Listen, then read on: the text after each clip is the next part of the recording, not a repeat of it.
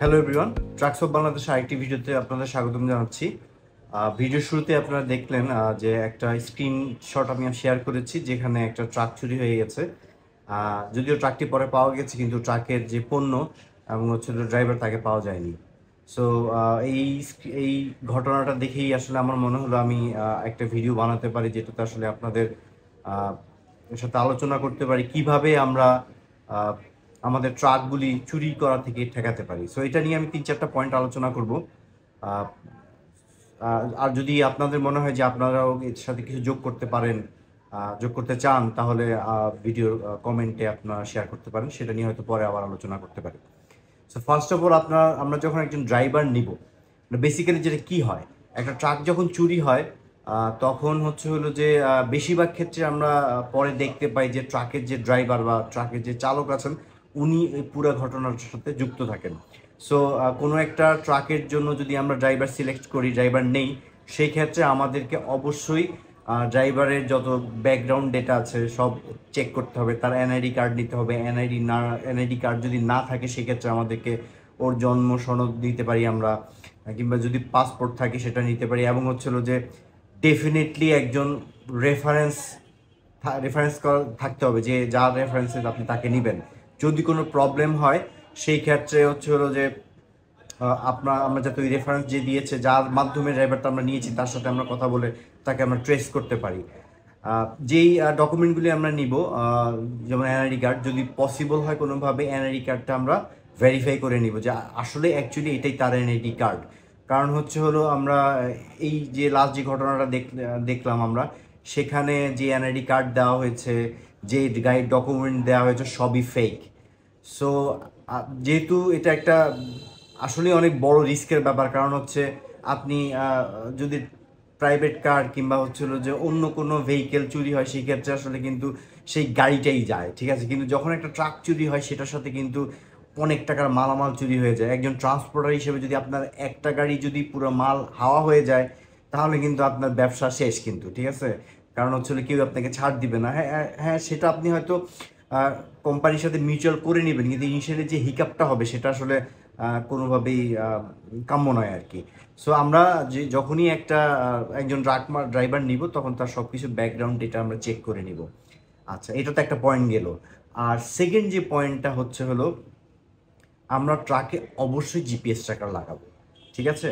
So ট্রাকে কিন্তু already tata বলেন, ইফাদ বা অশোক লেল্যান্ড বলেন, যেই কোম্পানির ট্রাকই নেন, তারা কিন্তু বাই ডিফল্ট একটা জিপিএস ডিভাইস ওরা দিয়ে দেয়।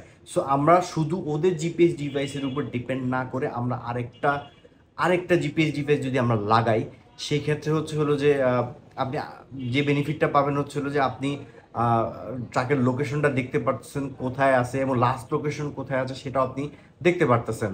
এখন হ্যাঁ, আপনি বলতে পারেন যে হলো যে চোররা তো জানে যে গাড়িতে ডিভাইস আছে, ঠিক আছে। সো এই ক্ষেত্রে তৃতীয় আরেকটা পয়েন্ট যেটা আমি আপনাদের শেয়ার করতে চাই, সেটা হলো যে আপনি যখন জিপিএস ডিভাইস লাগাবেন, আপনার ড্রাইভার যেন জানতে না পারে কোথায় ডিভাইসটা লাগানো আছে। এমনিতেই যারা জিপিএস ডিভাইস ইনস্টল করে, তারা কিছু স্পেসিফিক লোকেশনে এই জিপিএস ডিভাইসগুলি ইনস্টল করে, এবং অনেক সময় ড্রাইভারের সামনেই করে। ড্রাইভার জানে এই জিপিএস ডিভাইস যদি মানে কেটে ফেলতে হয়, তাহলে কোথা থেকে কাটতে হবে। সো ফার্স্ট অফ অল আমরা ড্রাইভারকে দেখাবো না জিপিএস ডিভাইসটা কোথায় আছে। সেকেন্ড, জিপিএসের ডিভাইসের যে পাওয়ার লাইনটা, সেটা সবসময় জিপিএস ইনস্টলাররা স্টিয়ারিং বক্স থেকে নেয়। সো আপনি চাইলে একটা কাজ করতে পারেন, যে আপনি জিপিএস ডিভাইসের লাইনটা, যে পাওয়ার কানেকশনটা, আপনি স্টিয়ারিং বক্স থেকে নেবেন না, আপনি অন্য একটা জায়গা থেকে লাইনটা কানেক্ট করবেন। সেটা হইতে পারে হলো যে আমি জাস্ট আজকে একজন জিপিএস ইনস্টলারের সাথে কথা বললাম, উনি আমাকে যেটা বললেন যে আমরা চাইলে সরাসরি ব্যাটারি থেকে আরেকটা লাইন বের করে আমরা জিপিএস ডিভাইসটাকে অ্যাক্টিভ করতে পারি। সেই ক্ষেত্রে যারা চোর আছে, তারা তারা যদি স্টিয়ারিং বক্স খুলে এবং তারা যদি না জানে ডিভাইস কোথায় আছে, সেই ক্ষেত্রে কিন্তু আপনার ট্রাকটা দ্রুত খুঁজে পাওয়ার পসিবিলিটি বেড়ে যায়। সো এইটা কিন্তু আমরা করতে পারি। আবার আবার এই আরেকটা জিনিস খেয়াল রাখবেন, যেসব truck driver GPS device install করতে অনীহা প্রকাশ করে, তাদের মনে হয় যে কেন দরকার। প্রথমত, এই ধরনের ট্রাক ড্রাইভারকে অ্যাভয়েড করতে হবে, ঠিক আছে? অ্যাভয়েড করার দরকার নাই ভাই, তোমার মতো ড্রাইভার আমার দরকার নাই যে যে চায় না যে আমি জানি আমার ট্রাক কোথায় আছে, ঠিক আছে?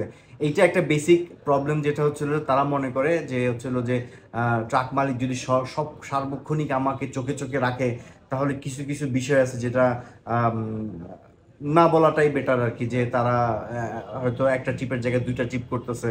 এখন লোকেশন যদি সবসময় অ্যাক্টিভ থাকে তাহলে তো মালিক জেনে যাচ্ছে যে অ্যাকচুয়ালি তার থাকার কথা এখন বগুড়ায়, সে আছে আসলে দিনাজপুর। তার জন্য প্রবলেম হয়ে যায়। এই ধরনের অসৎ টাইপের ড্রাইভার আমাদেরকে অ্যাভয়েড করতে হবে। সো এবং হচ্ছিল যে তাদেরকে বুঝাইতে হবে কেন জিপিএস ডিভাইস জরুরি। কারণ সে যদি একবার অ্যাক্সিডেন্ট করে, সে হয়তো হসপিটালে চলে গেছে, অথবা সে হয়তো এখানে অজ্ঞান হয়ে পড়ে আছে, তো আপনি কিভাবে তাকে কমিউনিকেট করবেন? জাস্ট জিপিএস লোকেশনটা দেখেই আপনি বুঝতে পারবেন যে হচ্ছিল যে গাড়িটা এখানে আছে, আপনি দ্রুত সেখানে পৌঁছে যেতে পারবেন। সো এই বিষয়গুলি ড্রাইভারদেরকেও বোঝানো উচিত।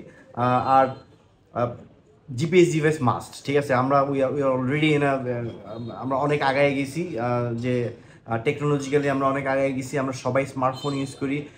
আমরা চাইলে জিপিএস ডিভাইসের ভিতরে অনেকগুলি ফাংশন থাকে, যেমন জিও ফেন্সিং আপনারা অ্যাক্টিভ করে নিতে পারেন। ধরেন আপনার গাড়িটা এখন দিনাজপুর যাওয়ার কথা, আপনি ধরে নিয়েছেন যে বিকাল 3টার মধ্যে আপনার গাড়িটা দিনাজপুর থাকবে। সো ওই লোকেশনে যদি জিও ফেন্সিং যদি আপনি অ্যাক্টিভ করে রাখেন, গাড়িটা যখন ঢুকতেছে দিনাজপুর, তখন কিন্তু আপনি একটা অ্যালার্ট পাচ্ছেন যে হ্যাঁ না, গাড়িটা তো দিনাজপুর পৌঁছে গেছে, আপনি একটু নিশ্চিন্ত থাকলেন। তারপর হচ্ছে যে যদি পাওয়ার কাট হয়, তার মানে হচ্ছে ব্যাটারি লাইন খুলে ফেলেছে। সো এই বিষয়গুলি যদি খেয়াল রাখেন যে ড্রাইভারের সব ডেটা আপনি নিলেন, ড্রাইভার বাড়ি কোথায়, সে কার রেফারেন্সে আসলো, এবং হচ্ছিল যে আরেকটা বিষয় আমার এইমাত্র মাথায় আসলে, যেটা হচ্ছিল যে অনেক সময় এরকম হয় যে আপনার যে বর্তমান ড্রাইভার আছে সে অসুস্থ। এখন আপনার গাড়ি তো টিপ ধরে ফেলছেন, এখন আপনার তো গাড়ি পাঠাইতে হবে, তখন ইনস্ট্যান্ট আপনি কি করেন হচ্ছিল যে যে কোনো একটা ড্রাইভার পাইছেন যে হ্যাঁ ও হেভি লাইসেন্স আছে, ও যাইতে পারে, অথবা ওর লাইসেন্স আছে, ও যেতে পারে, ওকে উঠাই দিচ্ছেন উইদাউট ভেরিফিকেশন, ঠিক আছে? জাস্ট মানে উঠাই দিলেন আর কি। তখনই কিন্তু আপনার গাড়ির চুরি হওয়ার রিস্কটা বেড়ে যায়।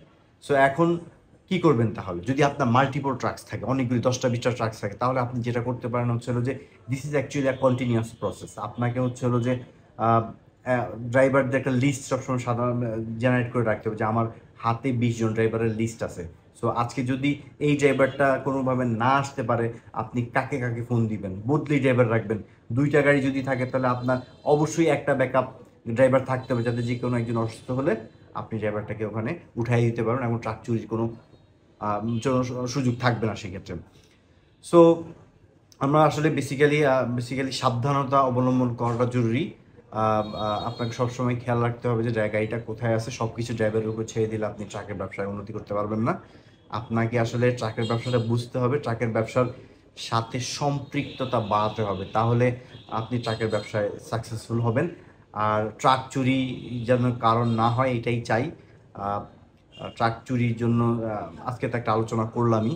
সো আপনাদের যদি কোনো ফিডব্যাক থাকে, আপনারা যদি মনে করেন যে আরও কোনো স্পেশাল ওয়ে আছে যেটাতে আমরা ঠেকাতে পারি, সো ওইটা যদি আলোচনা করেন, আমার সাথে কমেন্ট বক্সে যদি শেয়ার করেন, তাহলে আমার জন্য বেটার, আমিও জানলাম, আরও মানুষ জানলো। সো আমরা সবাই মিলে আসলে কিন্তু আমাদের ট্রাক ইন্ডাস্ট্রিটাকে আগায় নিয়ে যেতে হবে।